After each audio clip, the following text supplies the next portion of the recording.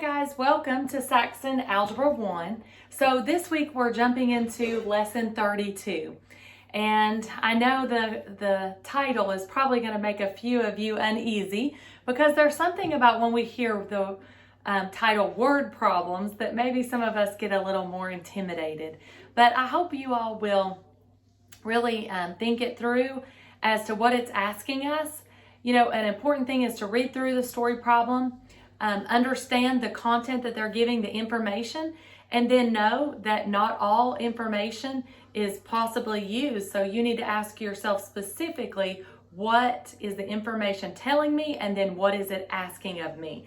Because sometimes I have seen students who just look at the numbers and then decide a process. Should I add? Should I multiply? It's kind of like picking a daisy and then they just pick a process and do it. But it's very important to look for clue words. Like if you see the word sum, it means to add. The product, to multiply. So you're looking for those sort of clues to plug in to know how to solve that story problem. Now, our biggest goal is that we would take the words and turn them into a math sentence or an equation, right? So let's take a look at lesson 32, and it starts on page 131. And it shows us the word problems written out, and then we have to rewrite them in a math sentence. So let's take a look at lesson 32, and it's our practice problems start on page 132. All right, so we have practice A, and it says 4 times a number. So 4, and you can pick your variable. I like to go with X, but you might choose N. Your book often uses N. But 4 times X decreased by 8. So I'm taking away 8. Now, or they might say 8 less than, so that's another way to look for it. 4 times a number decreased by 8 equals 92. Well, that one was pretty easy and pretty straightforward. Now, sometimes with subtraction, they'll put the number first. They might say 8 less than a number, and that means X minus 8. So you have to be on the lookout for order, because we know that in addition and multiplication, order doesn't matter, right? That's the commutative property. But when I'm subtracting or dividing, order really matters. So it's important to read those words carefully. So if I'm solving this, it asks us to check our answers. So I'm going to do inverse operation, add 8. So I end up with 4x equals 100. Divide through by 4 because I'm doing the inverse operation. In the absence of a sign, it means multiply. The inverse is divide. So that would cancel out. 4 divided by 4 is 1x, or just x, equals, what's 100 divided by 4? Well, I know if I have 100 cents and divide it by 4, I have 25 cents, or every 4 quarters it takes 4 quarters to make $1. So that's how I could divide it quickly in my mind. Now let's check it. 4 times 25 would be 100, minus 8 is 92. So let's go ahead and put a check there, because it asked us to check our answers, and we did. We plugged it in, and it was accurate. Now let's take a look at letter B. All right, let me erase that, just because I kind of took up a lot of room there. All right, letter B. There's a lot more words, but we're not going to be intimidated by that, are we? So it says, if the product of 4 and a number, so the product means multiply, if the product of 4 and a number is decreased by 12 is subtracting, the result is twice the opposite of the number. So the result is twice the opposite of the number. So that would be negative, right? So the result is twice the opposite of the number. Find the number, check your answer. All right, so twice the opposite of the number would be negative x. So I'm going to end up with 4x minus 12 equals, that would be negative 2x. Now, I'm going to move the number to this side and add 12 to both sides. That's going to cancel it out. But I'm going to add 2x. So I'm going to end up with 6x equals 12. Do you see how I did that? I did the inverse operation to both sides. So I had negative 12 here, but I moved it to the other side by adding 12 to both sides. Remember, I keep my equal sign balanced when I do the same to both sides. I wanted to move the negative 2x to the other side, so I added 2x. So remember, as long as I do the same to both sides, then I keep it balanced, right? So my equal sign was balanced, and I ended up with 6x equals 12. So now divide both sides by 6, x equals 2. And let's verify that. 4 times 2 is 8. 8 minus 12 is negative 4. And then 2 times a negative would be negative 2 times 2 is negative 4 as well. So negative 4 equals negative 4. Our answer checks out. So it's very important that we read it accurately and then rewrite it as a proper algebraic equation. It wasn't so bad, was it, friends? Well, I hope you're encouraged about that. That's lesson 32.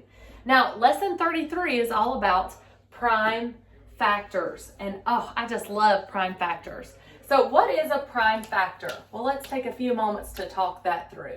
So a prime factor is anything that only that number times itself, right? So 1 times 5 equals 5. There's no other whole numbers that I can multiply together to get 5. Therefore, 5 is prime, right? Because the only number is 1 in itself. Now, how about 4? Well, 4, I can multiply 2 times 2. I can also multiply 1 times 4.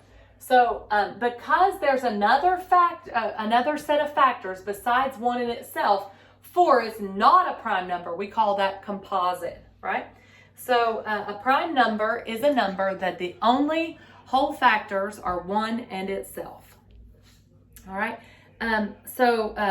There's a lot of key terms in there on page 134 and 135. It even says we must be careful. So it's important that you follow through those story problems and look over what they're showing you to make sure that you're writing it correctly and setting those up correctly. So statements about unequal quantities. So make sure you're setting up. So they actually show you some examples and then even show you some of how they were set up wrong. So watch that order. Super important. Okay, let's take a look. On page 136, there's some practice. Now, A and B are similar to what we just did, and I'll go back and do those, but I'd like to start out with C and D because it says, write the following numbers as products of prime factors. So since we've just talked about prime factors and they're fresh, let's jump there first. So letter C is 108, and I love to do the prime factoring trees. So what number could I multiply by? Now, I know that 9 goes in because 8 plus 1 is 9. So let's see, how many times does 9 go into 108? 9 goes into 10 one time with 1 left over. So 9 times 12 equals 108. You might remember that from elementary having to do your multiplication tables, right? All right. Now, are those prime? No, 9 could be 3 times 3. And then 12 could be 3 times 4. Don't forget to put dots in between because you don't want it to look like 33. Now, I know that 3 is prime, so I'm just going to bring all those 3's down, but 4 is not. That's 2 times 2. So there's all the prime numbers, and I can't go any further. So I could rewrite that in proper order. It'd be 2 squared times 3 cubed is the prime factorization of 108. Because I have 2 sets of 2 and 3 sets of 3. So it's 2 squared times 3 cubed is the prime factorization of that. Now you might say, Miss Kim, what if I didn't know it was 9 times 12? Well, you could have even done 108 and you could have kept on pulling out 2's and you still would have got the same answer. Let me show you. So if I had 108 and I knew it was even, that would go 54 times. You bring your 2 down. And then 54 is 6 times 9. So I'm going to bring my 2 down. That would be 2 times 3. And this would be 3 times 3. Well, look at that, friends. 2 times 2, 2 squared, and then 3 3's. So do you see, as long as you're having, at every single line, you should be able to multiply it out, and it should equal 108 at each line. And you can take your calculator and verify that. So this is our final prime factorization. Now, I also learned when I was in college, my teacher just called it upside down. So if you take 108, they would always flip the division sign. And the only number you can put on the outside is a prime number. Now, I've seen some students do it, and the mistake they make is sometimes they forget and put 4 on the outside, and you have to remind yourself 4 is never a prime number. So this way, I think it's less likely to make mistakes because you're always pulling it down. This way, if you pull out something that's not prime, you could easily make a mistake. But if I started with 2 times 54, and then I could pull out 54 is even, so I could pull out 2. 2 goes into 5 2 times with 1 left over. 2 goes into 14, 7. 27 divided by 3 is 9. 9 divided by 3 is 3. So there's your prime factorization. So that's another way to do it, but I'm showing you all the same number just so you can look at different ways to do that. Now, I did not do 400, but you know that that would just be 4 times 100 and then break each one down further. Now, if you're doing this one, you can't bring 4 out. You have to bring 2 and then 2 and then keep going. So I don't know what the technical name for this. These are factor trees, but I had a teacher show that once, and I enjoyed that as well. But I feel like this one's less likely to make mistakes. So you do what you're comfortable with, and of course, what you're least likely to make mistakes with, right? All right. Now let's take a look at letter A and letter B. It says find a number such that 8 times the number is 36 greater than the opposite. All right, so we have to be very careful with this. So find a number such that 8 times the number, so 8x, and this is letter A, by the way. So 8 times the number is 36 greater. So this is 36 greater. So we could take away 36, or we could add 36 to the other side, either one. So if I take away 36, because it is 36 greater, then the opposite of the number. So that would be negative 1x, or just negative x, right?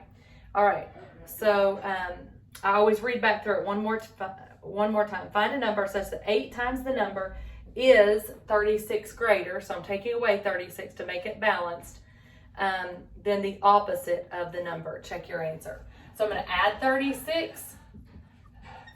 So I end up with 8x equals negative 1x plus 36. I'm going to add 1x. So I end up with 9x equals 36. Now remember, I'm always doing the inverse operation. I'm going to divide through by 9. So what is x? X is 4. So 4 times 8, 8 times the number, is 32.